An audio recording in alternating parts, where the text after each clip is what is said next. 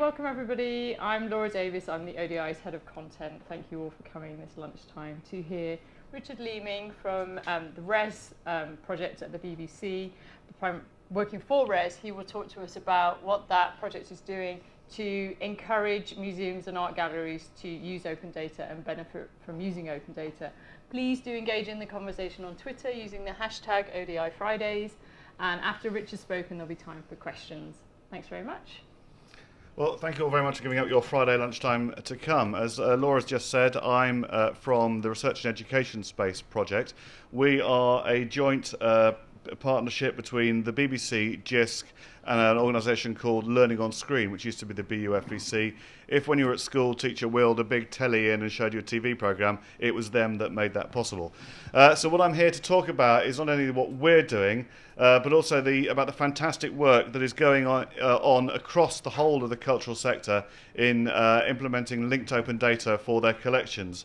But that work does need an awful lot of help. It's work that's being done by some very committed people, and you'll hear from some of them in the presentation. But they need strategic help, they need money, they need technical support, and they need really buy-in, in some cases, at the very top of their organisations. So just to tell you a little bit more about the research and education space, the aim of the project is to make it easier for teachers, students and academics to discover and use material held in the public collections of broadcasters, museums, galleries and libraries, as well as publishers. And what we're doing is, there's three prongs to it. We're building a platform that is an open platform built by the BBC, which organises and indexes the catalogues of publicly accessible archives if they're published as linked open data with the licensing formatted correctly. We're also a collaboration. We're working with public sector organisations to release their collections in the form of linked open data to assist in the discovery of their assets. And we're also an ambition to stimulate developers to build products powered by RES for teachers, learners and academics to help them access that data and collections. Now this is the Culture White Paper, which was released by the government earlier this year. And David Cameron using his favourite word there, passionately, which he uses a lot.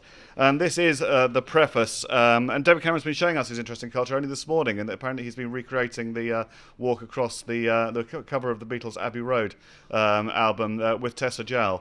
The picture's got a large van in the back of it. I think the Beatles managed to avoid having a large van in the back of it. Anyway, I shouldn't be politically controversial. It's very bad if you work for the BBC. Anyway, I think he believes this. I mean, clearly believes this. The whole of the government believe this. And I think that if you believe in equality of access, attracting all and welcoming all, then you're talking about open, aren't you? Because that's really the best way of achieving all of those ambitions. Now, the white paper talks about the value of culture, and actually, commendably, it does start about talking about the intrinsic value of culture and the social value of culture. And the intrinsic value of culture, I'm reading now directly from the white paper, is it creates inspiration, enriches lives, and improves our outlook on life. The evidence suggests that culture has an intrinsic value through the positive impact on personal well-being. And data shows that engaging with culture, such as visiting, attending and participating, significantly increases overall life satisfaction. And the social value of culture is that it has important social benefits in terms of health, communication, and community cohesion and education. And there's considerable evidence of the beneficial impact of arts on both physical and mental health. So the impact of culture, the intrinsic and social value of culture, is enormous, as is the economic value of culture. Oh, wrong one. Yes, £5.4 billion. That is the economic value of culture in this country. That's around 0.3% of the total UK economy. And the government's very proud that this has gone up 59% in nominal terms since 2010, whereas the rest of the economy has only gone up by about 16%. So we can see that culture is playing an increasing part in our lives. And heritage tourism is worth £26 billion to our economy. That's 2% of our GDP is generated through heritage tourism. I'm actually slightly surprised it's as little as that. If you think of especially here in London, the amount of people coming in and seeing our fantastic cultural institutions, you can't walk down a road outside half of them without bumping into coach loads of tourists, then I'm surprised it's as little as that. And the number of people employed in the heritage and cultural sector is increasing since 2011. There's now 321,000 people. So this is an important sector in our economy. And the Arts Council have also done an awful lot of work on the value of culture as well. They looked at society and looked at how high school students who engage in the arts at school are twice as likely to volunteer as those who don't engage in the art, 20% more likely to vote. They look at the employability of students, which goes up if they engage in arts. And they look at how culture and sport volunteers are more likely than average to be involved and influential in their local communities. Look at the health and well-being and say that those who attended a cultural event or place in the previous 12 months were almost 60% more likely to report good health compared to those who are not. Theatre goers are 25% likely to report good health.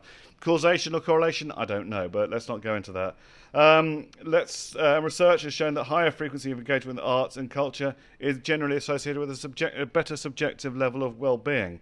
You look at the economy, I've already talked about that, but every pound spent in culture, an additional £2 and a penny is generated in the wider economy through indirect and induced multiplier events.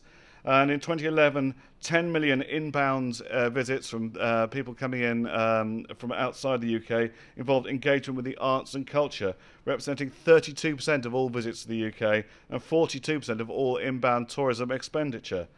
And in terms of education, students from low-income families who take part in arts activities at school are 3 times more likely to get a degree than children from low-income families who don't engage in arts activities. So I think positive evidence there that the cultural sector is very, very important to the UK as a whole. And the government believes in this. They are going to do something. They're going to write a report, which is really good news. But actually, we could be cynical, but that is the way government works. So I think what that report services the ambition is they want to make the UK one of the world's leading countries for digitised public collections content, and they want users to employ a seamless experience online and have the chance to access particular collections in depth as well as search across all collections. Now, reading that yesterday, I thought this is very much like the sort of thing my colleague Bill Thompson might have said, and I wonder why there's a correlation between those two things. So how are they going to influence this? I say they're going to write a report. That report will look at common technical standards and licensing, what support institutions need to digitise their collections, the capacity for storing collections online, the need to update digital collections in line with advances in technology, and the skills needed now and then in the future by cultural organisations to make these developments happen.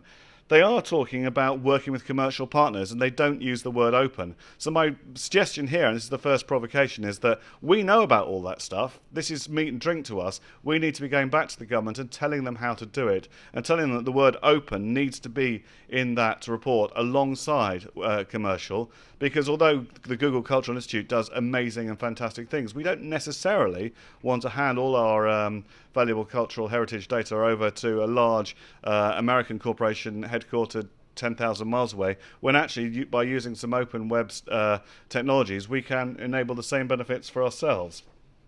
So here are some of the issues, and this comes from an excellent report by the Collections Trust, which is one of the overarching bodies for collections, which is called Striking the Balance, and that looks at how public institutions, museums are balancing the competing demands of opening up their collections with the need to make things open as well. And it makes sobering reading for those of us in the sector who want to encourage the uptake of digital technologies. The report admits that the cultural sector is facing some major issues: a lack of standards, a lack of skills, a lack of understanding, sometimes at senior management levels, and not enough incentives to break away from existing pre-digital models. The joy of this job that I have now is I get to go around and talk to people in cultural institutions all over the country, and several times I come across the same conversation, and it was voiced to me particularly by a senior digital leader at an institution that probably everyone in the world has heard of, who, I'm not going to name the institution or the person, and they said that they are blocked from opening up their collections data into open models because the people at this institution like to use it to sell books. And they sell sometimes several hundred copies of those books every year. And if you think about what might be achieved with opening up that data compared to the selling of several hundred coffee table books every year, then I think you get the picture. But the problem is that these people have been doing that for a very long time. They're very scholarly, they're very well educated, and actually that's quite hard to get them to change their point of view.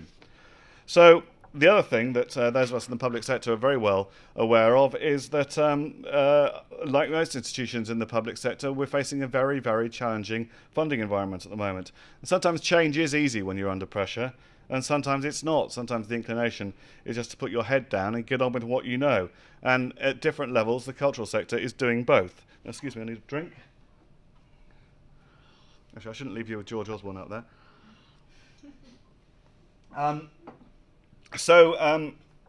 But it has to be said that the cultural sector does understand that digital is absolutely vital for their future.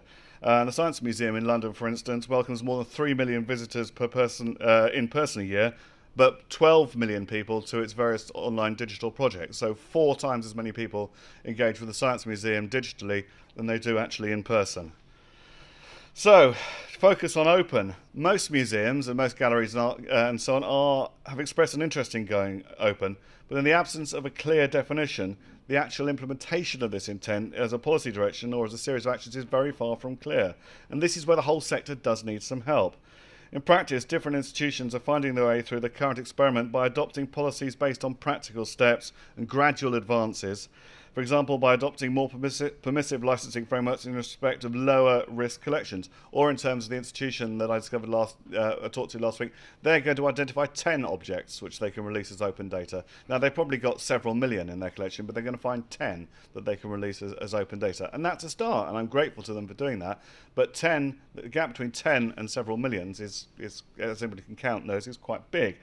So, this is sort of what's happening. This is the sort of chain of what's happening across the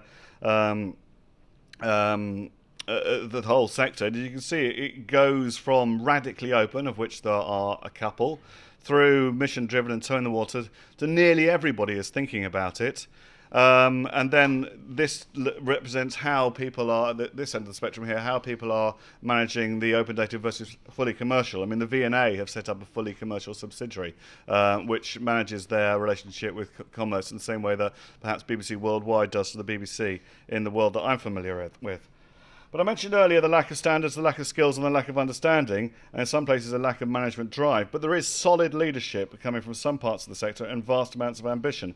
And we are a bit late for the Cannes Film Festival, but this is the world premiere of a short film we've just had made at Res with the help of Chris Michaels from the British Museum, Dr. Mia Ridge from the British Library, and Tom Scott from the Wellcome Collection. And as you're going to see, they get it. They don't get it if I don't press play. Where's the play? There. The original logo of the web had a lovely byline, just let's share what we know. And in many ways I would hope that cultural institutions would be willing to embrace that philosophy. Digital technology is changing the way we connect information to make it more meaningful, accessible and useful to others. The Research and Education Space, or RES, is a new semantic web platform using linked open data to transform the future of education and learning. The British Museum's job is to share its collection with everyone in the whole world. And just as we do our job to put all of our objects on display, so now our job is to share our data and the data about our objects with everyone in the whole world. And linked open data is the best way by which to do that. The benefits for us in making content available as linked open data is that it spreads more widely. We're particularly interested in linking to other collections. For not to go mainstream, I think that ironically we need to stop thinking about technology. Too often when a linked open data project starts, people immediately start thinking about triple stores and XML and RDF and ontologies. And actually the place to start is to think about your users, the information you've got, how will your users think about that information and how you can sensibly model it to their benefit. To make your data more accessible, it needs to be openly licensed. How you license your assets is up to you, putting you in control of how they are used. One of the questions that I was asked when I was talking to people internally about RES was, will they be taking copies of our content? And I could say no, because all they're doing is taking an index to that content. They're not actually taking the content themselves. That made it a lot easier to get approval internally because people were comfortable knowing that RES only wanted the metadata and not actual copies of our objects or of our images. The whole of the British Museum's digital collection is available via RES. That means over 3 million objects telling the story about the whole of the human race from the beginning of time to now is available in open data for use through the RES platform. Wellcome has got a large digitalisation programme and we've currently digitalised about 100,000 objects ranging from books to manuscripts to paintings, and all of that is available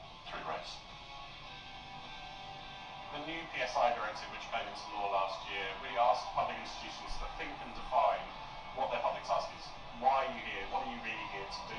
One of those things is to share and make available the information you have for others to use and reuse.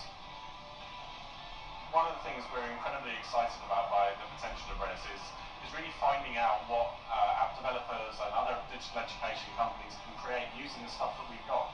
We want you to join us in RES as we build up this web of knowledge so that together we can connect the past to help inspire a future generation of learners.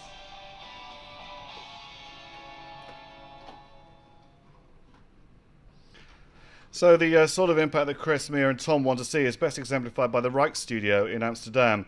Now, the Rijksmuseum reopened on the 13th of April 2013 after a period of renovation which had lasted for about 10 years. And the purpose of the museum is to tell the visual story of the arts and history of the Netherlands. Now that long closure, which was embarrassing for them at the time, actually had a fantastic beneficial effect, as it allowed them to think through what they wanted to do digitally. And what they did when they went digitally is they went completely open. Now, vast amounts of their collection is open, not just the data, but the artworks themselves.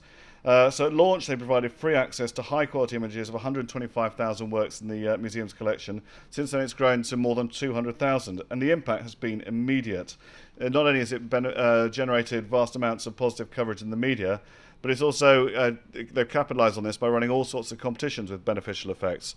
And one of the things that they did, which I thought was most interesting, is they solved the problem of the yellow Milkmaid. Now, this is the yellow Milkmaid the Milkmaid by Vermeer, one of his best-known works. And one of the problems that the Rijksmuseum had before they did this was that people would come into the museum and look at the picture on the wall and go, that's the wrong one. You've got the wrong picture there. The reason being that someone had put out early on the internet a sort of badly scanned copy of it, which was a bit yellow, and that had gone so far over the internet that people thought that was the right one, and the one hanging on the wall in the museum was the wrong one. And so they did. This is a slide from the Rijksmuseum, which I saw a fantastic presentation a couple of weeks ago, and this is what they found when they put into Google Images search for Rijksmuseum, and you can see the cat down there, bottom left. So what they wanted to do was get rid of the problem of the yellow Milkmaid and go, no, the one that we've got is the right one, honest. And alongside this, they did. They realised that their revenue generated by selling high-quality images went down by 75%, which was initially a concern until they realised that the staff costs in generating that revenue were nearly as much as the revenue they were getting themselves. They were actually making, and they're a big museum, they're rich, a totally insignificant amount of money from selling their images online. And they did have much better ways of doing it. They have, I'm not quite sure, I've forgotten now my presentation, whether I've got things coming up, but they've had all sorts of different approaches enabled by by creating stuff open. They've got people creating dresses and selling them in the shop. They've got stuff going on Etsy, and their audience engagement has been through the roof. So it's been for them a huge success. Here, this image, those of you familiar with the ODI website will be familiar with it because I've taken it from your website, and it's from the Natural History Museum. And they're doing amazing work, releasing openly. How much is it? 80 million specimens, and releasing them as open data. And they're hoping that by releasing 80 million specimens as open data, they will enable them to find some new species. And as we've seen in the film, there's fantastic work going on at the Wellcome Library, the British Museum, and the British Library. Yesterday, the People's Collection of Wales in Cardiff have released all their. We worked with them, yes, and yesterday they said they'd done the work and it's being moved to their live server today. So I'm hoping that as of today, the People's Collection of Wales, which has got vast amounts of bilingual stuff in English and Welsh, will be available as linked open data. And we finally validated all the data from the Wordsworth Trust yesterday as well. So it was 2 collections we helped make open only yesterday, which was a very good day. So another big success story from the UK is the York Museums Trust, who released 60,000 images openly last year under a CC by SA 4.0 license. And there have been huge benefits. Now, many people have not heard of William Etty. I hadn't heard of William Etty until now. But this image here, which is his most well-known work, went from a 50-word entry on Wikipedia to a 2,000-word entry on Wikipedia. Nothing to do with the author. They didn't write any of it. It was all written up by people. They worked with their Wikimedia in residence to put this article on the front page of the day their new galleries opened. 13,000 people read that article on the first day, which is several times more than the number of people who would go into the doors of a relatively small regional museum, even one in a tourist city like York. So it's been absolutely fantastic for them.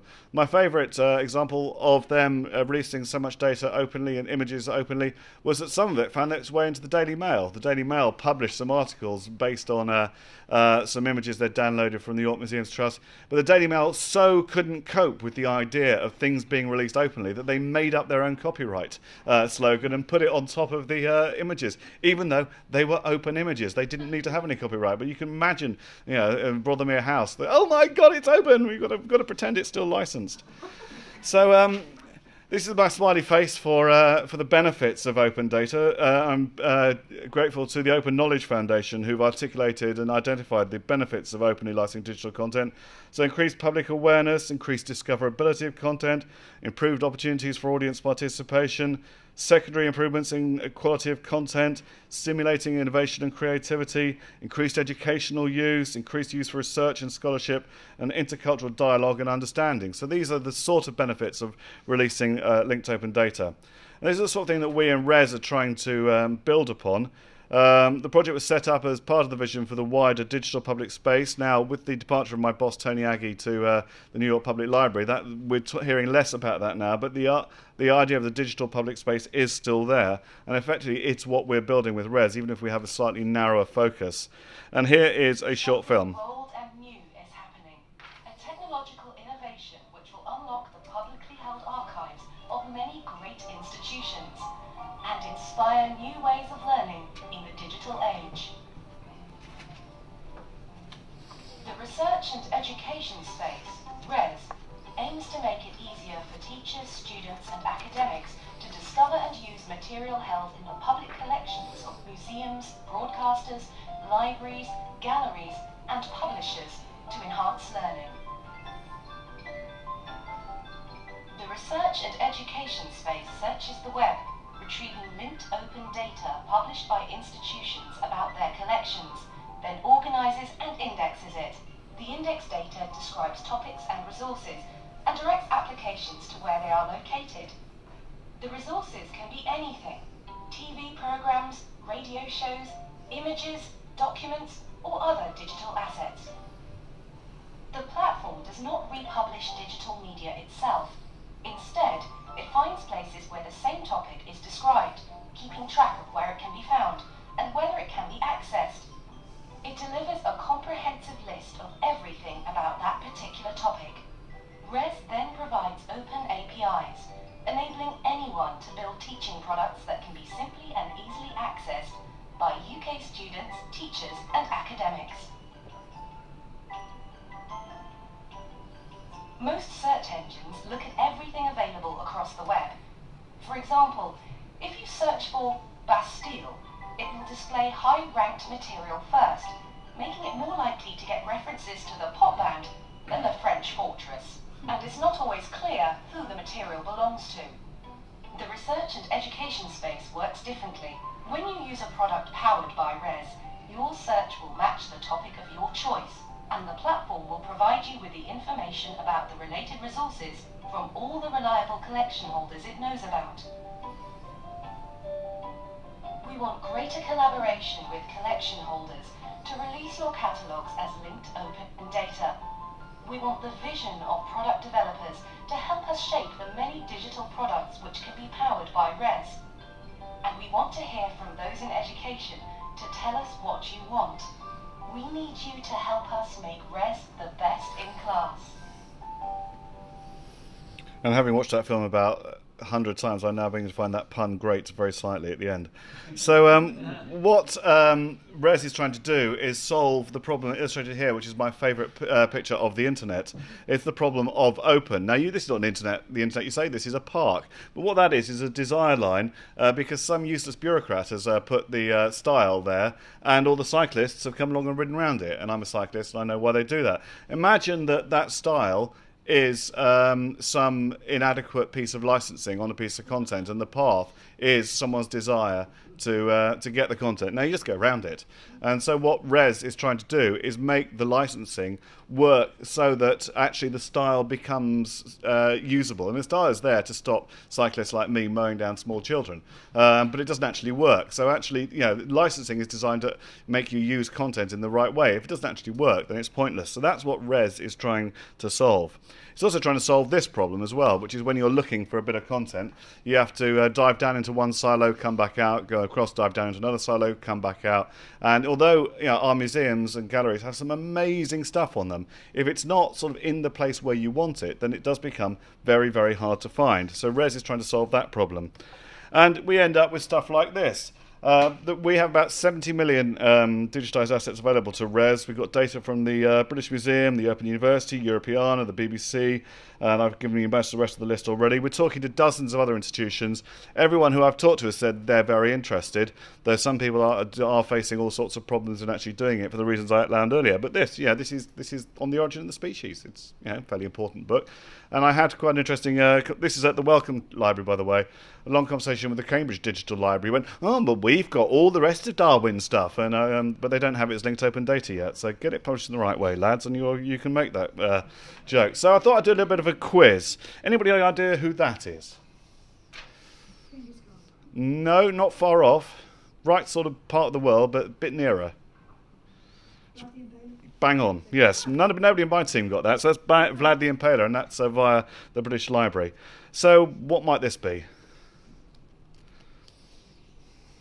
If, like me, you wanted to know in recent years why we've all suddenly become so poor, revitalising your interest in economics, this is from the Open University's excellent 60-second Adventures in Economics series of podcasts, which are available via Res. And this particularly arresting image, which I took from the Wellcome Trusts, any idea what might be going on here? No, this is from a book called Sex Efficiency for Women Through Exercise, and I'm going to move on without any further comments. And this is of personal interest because the man highlighted down here at the bottom, Mr. Kutcherman, is actually my wife's grandfather. And this is, I found via Europeana on the British Library website, is a series of 5 very long interviews with a rather elderly aeronautics scientist talking about the state of the British aeronautics industry immediately after World War II. I mean, absolutely fascinating stuff. And this is all the sorts of stuff which is sitting on our cultural and institutions websites, which is actually, they're doing their best to make it findable, but it is, because there's so much of it, quite hard to find. So we do need some input from the incredible creativity of people like you. I mean, where is the city mapper for culture? Because, that could or would be amazing. We need what we in the BBC call shiny things, which is the way of saying to bosses, look, here's something that you can do. We need lots and lots of shiny things. Because we are actively engaging in product developers, but they are people who deliver into schools. And I knew I had this. This is what I was alluding to earlier. This is the sort of thing that's happening in Holland through the Rijksmuseum, because having opened that picture up, someone has come along and made that rather amazing necklace, and it's now being sold in the Rijksmuseum shop. So that's how they're making their money. They're getting a cut of an actual thing being sold, which I think is better than trying to desperately to make some money out of something digital, which, as we all know, doesn't really work very well. So, in conclusion, I've got to the end, really, honestly. We do need some strategic leadership. We need some technical leadership, especially on standards. There's a real need for economies of scale and shared resources. I went in to see one, huge institution earlier in the year, and the director there said, every time I go and see the minister, he tells me to go and do some things, and then he doesn't give me any money to go and do it. So there is a real sense of frustration amongst people in the cultural sector that they're being told to do lots of stuff, but don't have the resources to do it. And they're all siloed in their little digital teams, and we need someone sitting around on top to give them leadership and to give them economies of scale. One of the institutions I just mentioned with the Charles Darwin stuff, their linked open data project was 6 months behind because their one developer had left because he'd probably got his pay doubled going somewhere else. So these are the sorts of problems that are coming out every day when I talk to people in the cultural sector. And this is, I'm afraid, where you can help. So let's go back to those figures. which I mentioned at the beginning, £5.4 billion. That's the value of the cultural sector to the UK economy, and £26 billion, that's the input from tourism. And that is the benefit of this sector to our economy, and how we can improve that by helping them with their open data. And that's it. Thank you all very much for listening.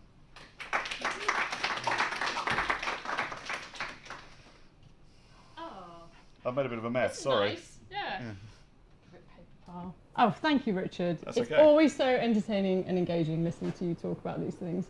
I had a question actually, which is when you said that certain institutions who may have 80 million artifacts they could open and they're going with 10. Yeah. What's their rationale for going with 10? Is it to try the process? Is it to see what the benefit is to them? Yeah, they haven't quite got 80. I mean, that's what we have in Yeah, total. they've got a huge number. They've got, I'd say, probably 300,000 digitised assets and probably millions of assets in their collection. And in that particular instance, the issue there is they have, through a previous project, been able to openly license 2 or 3, and they think they might be able to push it to 10, and they want to use this as a test case to be able to show to the wider people, the pre-digital people who hold the power in their organisation, look, this is what happens. You know, you may still sell your 300 books a year, which is on people's coffee tables, but actually there are all these other massively wider benefits which we are currently not doing. So it's it's a standard internet experience, which is to experiment and fall forwards fast. Yeah. Great. Okay. Just a reminder, the questions are being recorded. So open up to the floor. Has anyone got any questions? I'll come around with this mic and I will attempt to use the mic successfully. That should be... Oh, Freya. There we go. It's working. Thank you. So I'm Lucy Knight from ODI Devon Node. I was asked to come in and watch this lecture specifically by our local head of the libraries service in Devon. And so straight to the practical. If Devon Libraries or Devon Records Office or any of the small organisations in a small place like Devon have assets that they want to digitise or are already digitised and they want to share them on your platform, how does that work? Okay, we have a developer section on our website which gives the overview. The 60-second thing is we would need you to publish your collections data as linked open data, openly licensed, with a link to the URL of a machine-readable license contained in the data. The assets they refer to don't have to be openly licensed. The BBC's assets are not openly licensed. We can't, so it's not our job and it's not reasonable to tell people how to license their assets. So any license on your assets is reasonable, and but you again has to be machine readable and there has to be a link to it. We can provide some help, but we are an extremely small team. So I could happily point you to where all the documentation is. If you're members of CILIP, we work with CILIP, so they understand what we're doing. We would sort of give you some advice and help you get on with it. Okay, brilliant, thank you. Hi, Pauline Roach from ODI Birmingham and various other open data initiatives. I was just going to ask you about CILIP, actually, the Chartered Institute for Librarians and Information Professionals, for those who don't know what it is. Have you had any contact with the Libraries Task Force in the course of the work that you're doing? Yeah, my colleague Bill Thompson, I mentioned earlier, who is one of the people who initiated RES before I joined, he is on the BBC's representative on the Libraries Task Force. So yes, that's all I know though, so I don't know what we're doing, but if you feedback through the Libraries Task Force and look for the easily recognisable Bill Thompson, then he can fill you in on that. Okay, I've tweeted the link to the Task Force blog as well, which I think are excellent and for everybody to read. Good, thank you. We just had a request, Richard. Can we get just your... If you put the click share back on. Yeah. It might have gone away. What do you want? Can we have your conclusion slide? Yes. So okay. Everyone can digest Right. that. Any more questions? Oh, is the mic on still? Perfect. So you want that slide? Can you multitask, Richard? No, I'm a man. Of course I can't multitask. There we go. Hello. So which representation or dataset are you using for representing the licensing in a machine-readable way? Sorry, say it again. Yeah. Which vocabulary or representation do you use for the machine-readable version of the licensing? Right. So we need a link to the URL of the license, and we support about 30 licenses. In terms of the vocabulary, that's not my area of expertise, and the basic architecture of the system is designed to accept any vocabulary, though obviously if standardized vocabularies are used, that makes it easier for the poor overworked server. But in terms of, I don't think there is a vocabulary for licensing. On our website there is a list of 30 licenses which we accept for the data, all of which are various flavors of open license, both from Creative Commons and from the Open Government license, and a couple of institutional licenses as well from large cultural institutions in the UK. But if you go to the res.space website, there's more information about licensing there. Okay, thank you.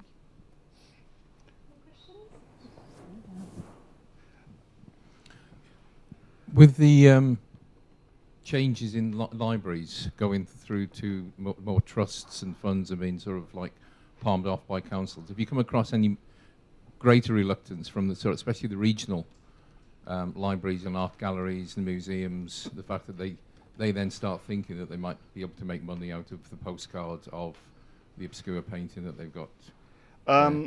No, I mean, I have to admit that I've just put our website up there because I realised I hadn't put that up there for. So to go back to your question, sir, I haven't been closely involved in libraries as yet. So well, I mean, I think it's what I said in the middle of my presentation. I think when people are under pressure, they do either try radically open or radically new, or try fall back on their existing products. I think people are doing both. It's such a big sector. I don't think it's reasonable to sort of categorize it. But I mean, everybody is trying to generate greater commercial income. And I've had a couple of conversations with institutions where they've said, well, if we license our assets, it's got to be under a non-commercial license because that will stop their licenses being exploited. I'm not sure that's actually the case. I think the experience of the Rijksmuseum shows that actually if you license things openly, and the York Museums Trust, if you license things openly, it does make it easier to generate money in other ways. However, this is a really difficult conversation and problem for institutions to tackle, and it's not necessarily my job to tell them what to do. So I don't know whether that's a very good answer to your question. It's just a bit of a ramble, but yeah, I think the picture is mixed.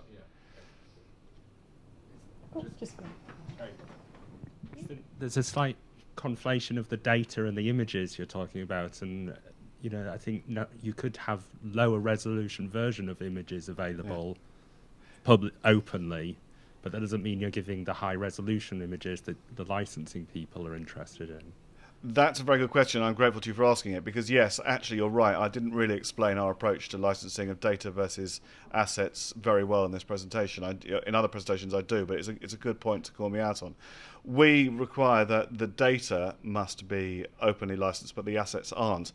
Now, these things are all noughts and ones, effectively, so where do you draw the line? And that's actually for each institution to work out for themselves. For instance, one of the large internationally famous institutions I talked to said, look, there is a lot of value in our data because it's around, it contains enormously scholarly work about their asset. So I said exactly that point to them. You could have various bits of your data set licensed as in different ways. So make the simple descriptive stuff, this is a painting, this is the name of the painting, it was painted by this artist.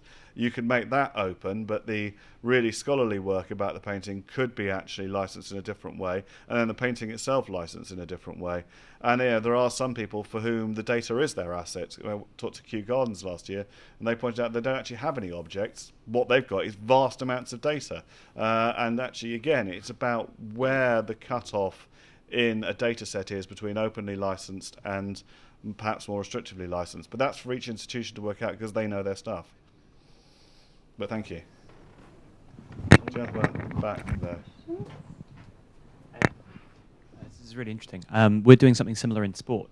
I just wondered if you had any other examples across other industries that you took inspiration from when you looked to do this work. I'm going to do a lot of reading into how you've done this here and be very interested to draw the comparisons. But who else have you looked at for this?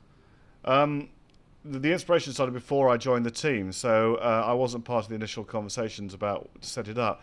But I think there's been a lot of work, a lot of thinking gone around the whole of the digital public space for many years leading up to this sort of when this project started in 2012. So I don't know whether they did go away and look at other institutions, but they other sectors. Certainly, I've never heard sport mentioned before, and I'd be very keen to find out more about what you're doing in sport, because it's a two-way street. I think we can both learn from one another.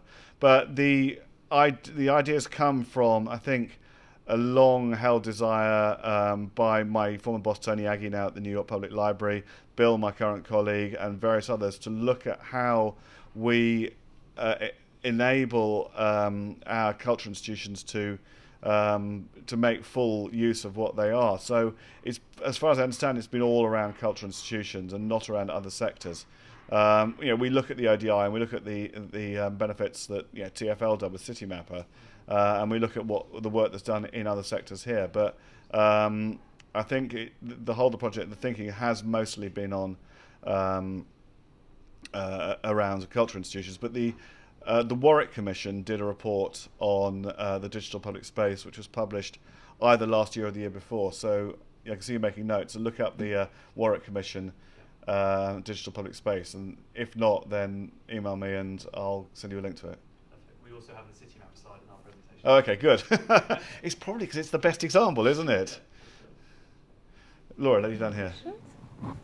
Hi, so I'm actually working for the government, so I'm interested to see whether after that white paper there's anything positive that came about in open data just because it was in the news or it was in the air. Is there anything that came out of it from your perspective that you think it helped that the open paper went out?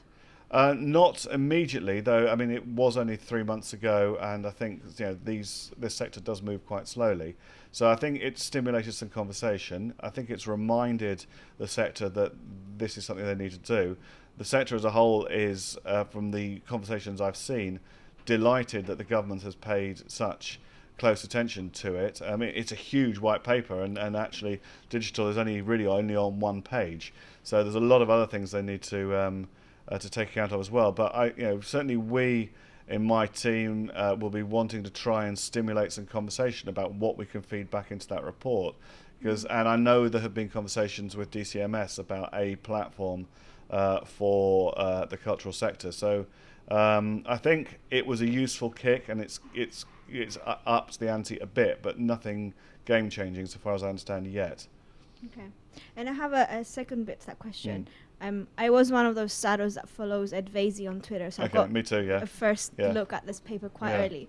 And it amazed me that I got to page 20 something, and nowhere in there he had or someone had defined what they mean by culture and the different mediums or the different, culture is quite big. Yes. So in your area, the type of culture that you'd like to see open, which ones do you think are more appropriate for this? That canon should be seen at first.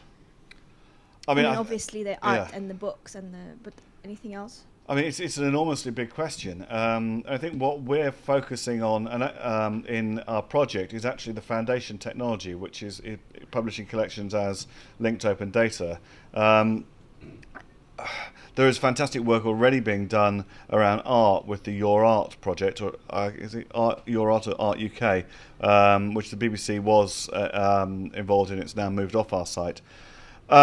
I don't think there's an answer to that question. I think the joy of the internet is, of course, that the curve which goes from up there and down along there, and everybody has got an interest in something. And the point of this of technology is that it can benefit niche collections as much as it can benefit world-leading collections. I mean, to go back to the question from Devon, it's sort of like I went to see the National Army Museum last year, and they were delighted by this because they said this puts us on a par with the Imperial War Museum. When everybody thinks about looking for cultural stuff around war and conflict, they immediately think of the Imperial War Museum, but the National Army Museum has got all the stuff about Gurkhas. So if you're interested in what the Gurkhas have done, don't go to the RWM because it hasn't got anything. It's all at the National Army Museum, and their point was this democratised it. So I think actually the answer to your question is no, I'm not concerned about that. I'm concerned about creating a technical level playing field which sort of democratises the whole thing and allows makes it as easy to find niche stuff as it is to find, something from the National Gallery or the British Museum or whatever. So, yeah. Thank you. Any Chap at the back. question? You said the report didn't game change anything. Will this game change the BBC? That is a very good question, and I am not. That's some way above my pay grade. Several cases, but I do know the people who are making the decision. The Director General has talked about the need for partnerships several times. The Director General has talked about the need for open several times, and there are active conversations going on about platform. So you talk about things like the Ideas Service, which the BBC has publicly talked about, the New Age of Wonder that the BBC has talked about. These are open partnership plays by the BBC. Now, I will, there is a cliche in the BBC that partnership is something the BBC does to you rather than with you, and there are some of us who are trying to change that, but we're a large organisation with our culture, and sometimes it's hard to steer that. So the short answer is yes, I personally hope it will, but I'm not making all the decisions. And the BBC is an organisation in a lot of change at the moment, and we haven't really known how we were going to exist until last week. So there's still an awful lot to play for, but yeah, there are active conversations going on about this sort of thing being the foundation for a partnership play by the BBC, in which we treat cultural institutions as our equals rather than trying to make them conform to our own guidelines. So the actual answer from you is probably maybe or I don't know? Stronger than maybe. I hope so, rather than I don't know. But I mean, unless I were the Director General, I couldn't answer yes because I don't have the ability to say that. But I hope so is the short answer. Jeff over there had a.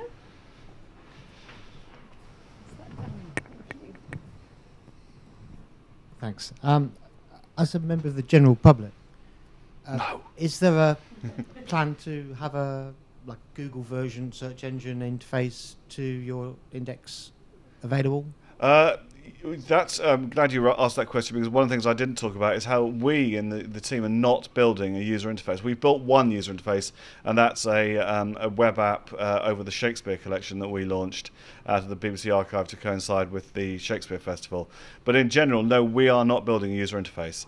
And that's for a whole bunch of reasons, but the main one is because we've built an open platform with an awful lot of potential uses. We don't want to stymie any development by doing something which might be seen by the wide world as job done. So we are actively working with product developers in the educational space, and I have an engagement program with people who build software platforms for schools like virtual learning environments and learning management systems. But it's an open platform. The APIs are explicitly described. Anybody can come along and build anything they want to on top of it. So we probably wouldn't go out of our way to help somebody building something cool on top of it, but neither can we or would we want to stop them. And you mentioned Google, and we are fundamentally different from Google, and that was sort of alluded to in the film. I mean, Google cares about the number of links to a page. And that's the Bastille example. If you go and search for Bastille now, you will get 10 pages of links to the Landfill Indie Band, and you'll get absolutely nothing at all about the French fort or the storming of the Bastille or whatever.